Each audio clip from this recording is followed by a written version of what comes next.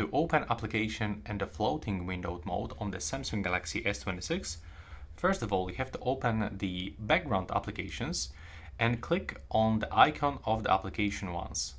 Now select Open in pop-up view, and there it is. Now, as you can see, we can click here to move it, for example, over here. If you drag it into the right side, you will actually minimize this and you can open the another application. So for example, let's try to do it with the Instagram. There we go. And now we can click here on the YouTube and bring it back. And we can actually open multiple applications in this floating window mode, and still in the background we can use some other applications, which is actually pretty cool.